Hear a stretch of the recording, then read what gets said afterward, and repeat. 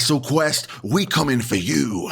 Though my experience with WrestleQuest has been a little bit hit and miss, and I'm hoping I can explain to why that is in today's video. This is for both players that want to play WrestleQuest and for players that have played WrestleQuest, so we can get a bit of a discussion going down in the comments section down below. So with that all being said, what is up, dudes? Welcome back to the channel. Jen here. Hope you're all doing well.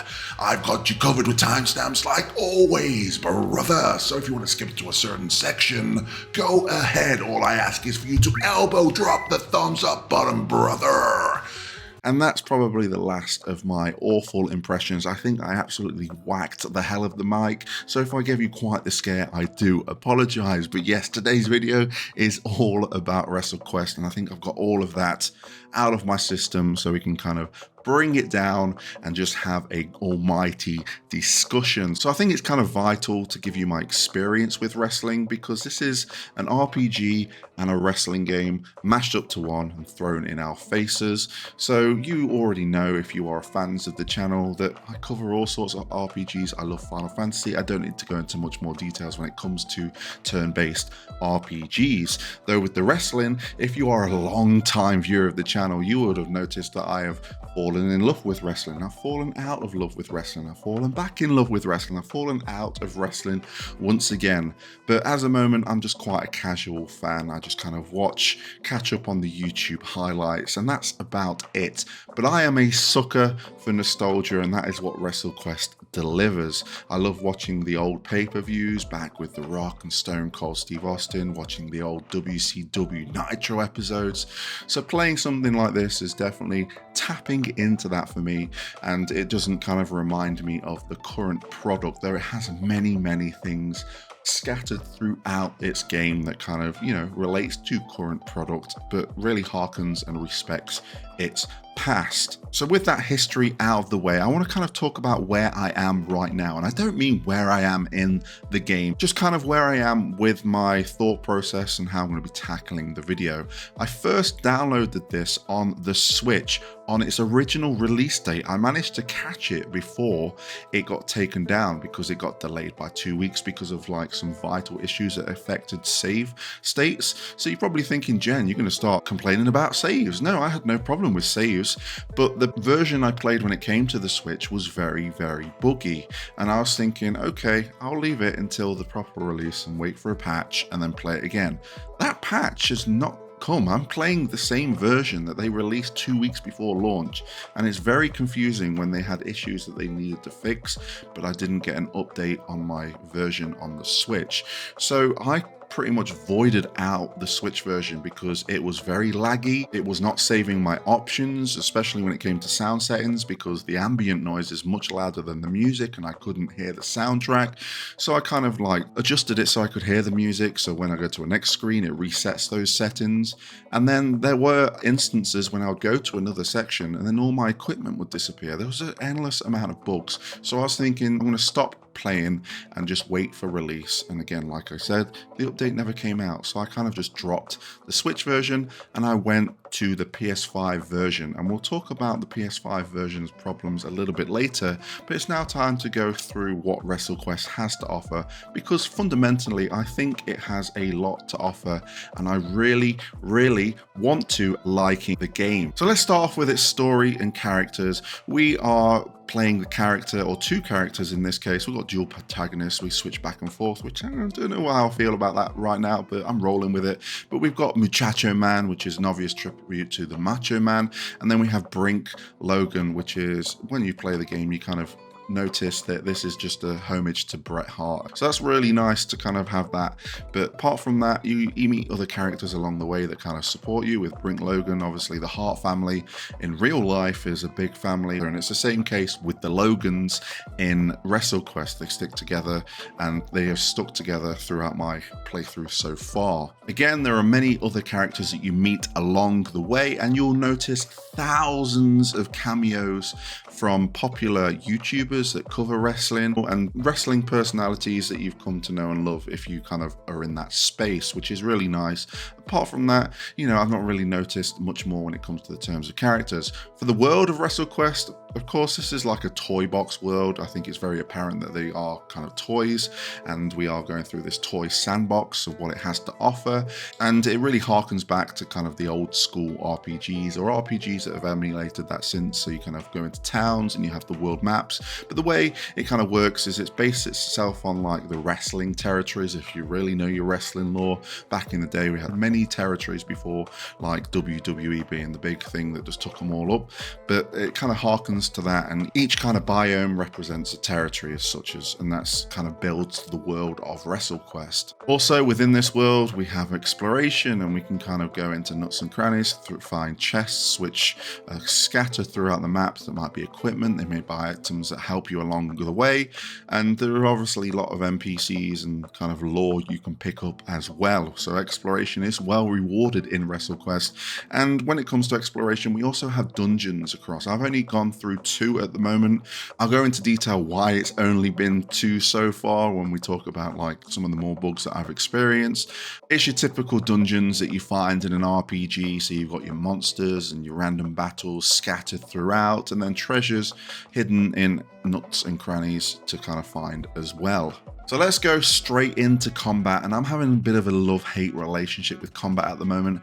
I really feel that combat is very slow. With all RPGs that have been released lately, unless they're kind of like a straight port of an old title, they have some kind of feature that either speed up battle with like ×2 speed, ×4 speed, or they have the kind of option to skip certain animations once you've seen them the first time. I really feel WrestleQuest would benefit if they had animation skips, because it's really cool seeing the special moves for the first time, but the fact that you need to watch the full animation each time, and these special moves are vital to winning battles in WrestleQuest, it can get quite tedious. Yes, they are flashy, yes they deal damage, but I don't want to watch the whole thing again. I would much rather have an option that kind of skips it if I choose so to have that option. That way I can still use the move, it still has its effects that it does, but I don't have to kind of have a battle last 10 minutes just because of animations. Apart from that, battles are very strategic. You have your list of abilities, they're called gimmicks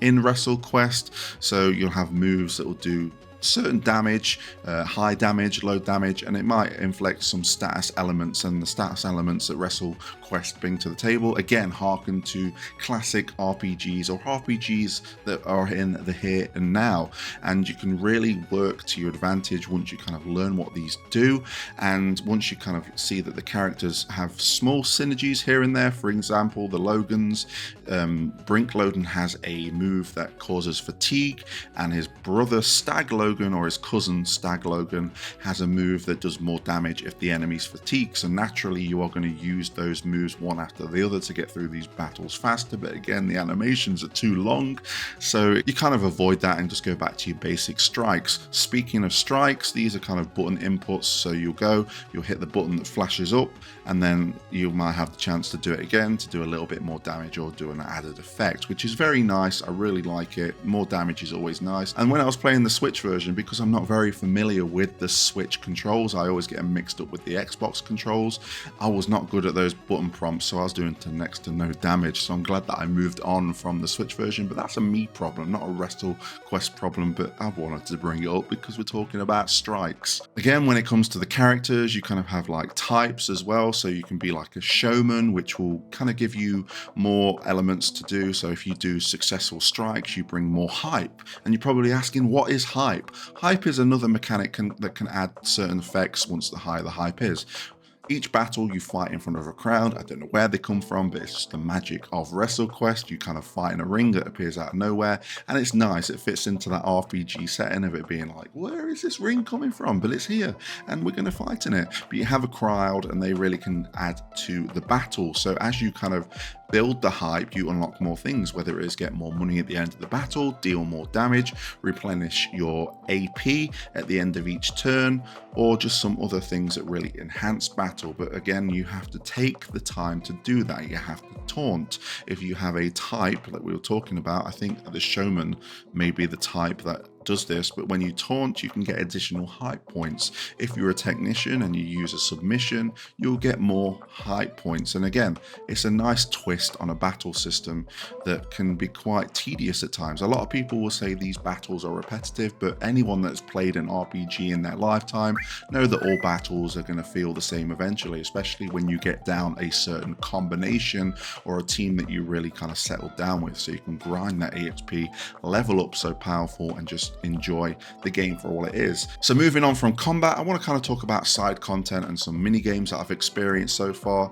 With this being an RPG, you would expect side content, and yes, you will come across side quests. There'll be NPCs that give you certain side quests to unlock additional armor. Some of these introduce some mini games, and the only one I've played so far is like a dancing mini game, which really isn't in sync with the music, but again, it harkens great rewards, so I couldn't care less because I get the great rewards. All I've got to do is a few button prompts and they speed up as you go through the difficulties. But there are mini games, and I'm expecting more mini games to be introduced as I progress through the game. Let's talk about music, and this is a tough one for me because the music isn't really a standout, and you know, I couldn't really hear it at first. The ambient noise and the sound effects really kind of drain out the music quite a lot, because some of it's quite relaxed synth music and it's nice to listen to, or acoustic guitars, but with that sound effects being so loud and prominent, with them really getting with the crunches and the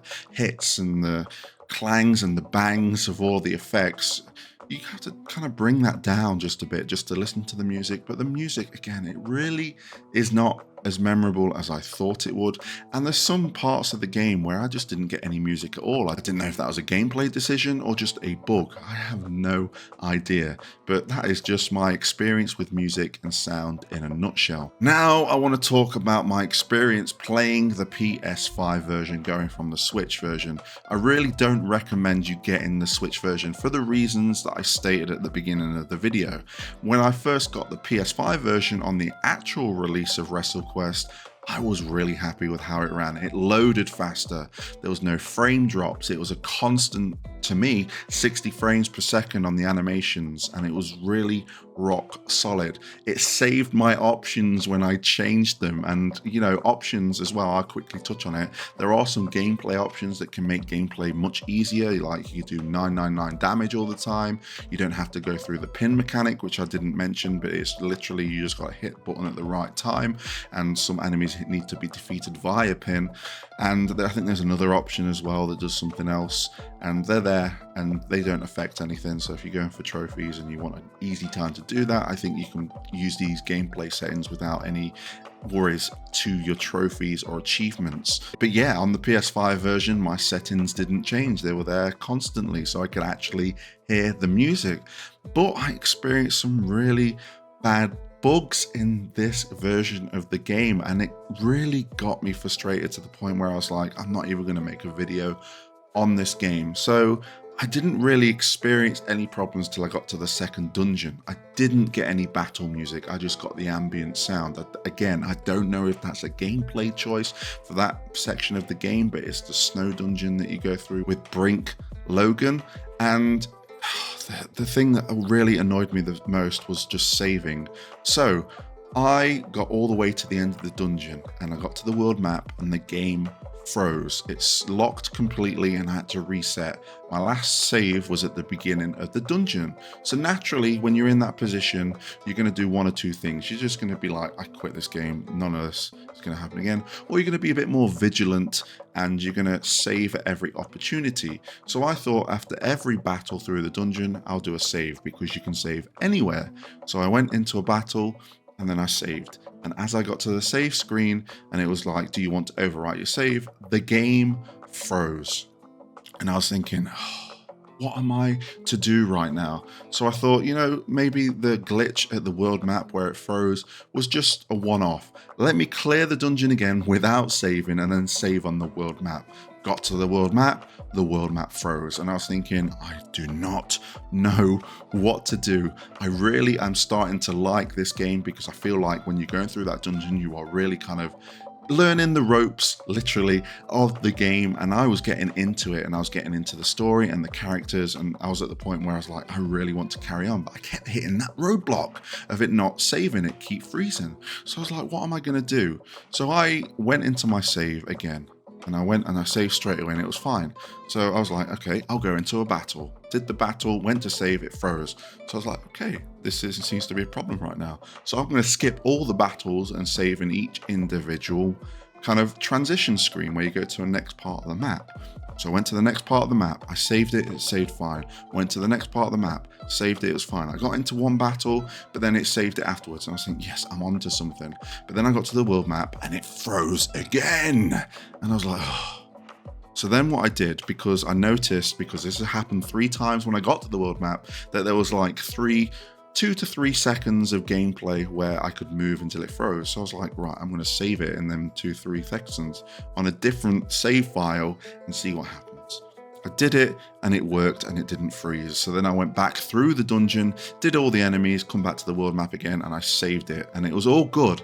But I did not need to go through that turmoil to get through that dungeon. It was a horrible experience. So time will tell, and if you follow me on Twitter or join the Discord, you will know my frustrations with WrestleQuest at the moment. But now that that's all done and I've gone through that dungeon and I've got no more glitches or freezing, I am ready to kind of just go through the game, and I'll let you know my thoughts either in a Twitter post or a follow-up video on how that goes. And that's kind of how I want to kind of leave the video today. I really enjoyed my time with WrestleQuest, but that block of time where I was dealing with those bugs really tainted my overall viewpoint of the game. But now that's over, I can only look forward and not look back. But I had to talk about those problems, especially the Switch problems that I had. I don't know if that's a me issue or if it's a Switch issue, but I really don't advise you playing it. Thank you for watching today's video. If you have any thoughts on WrestleQuest, or tell me your experiences, maybe you had glitches and bugs as well. Maybe I'm just so damn unlucky with this one.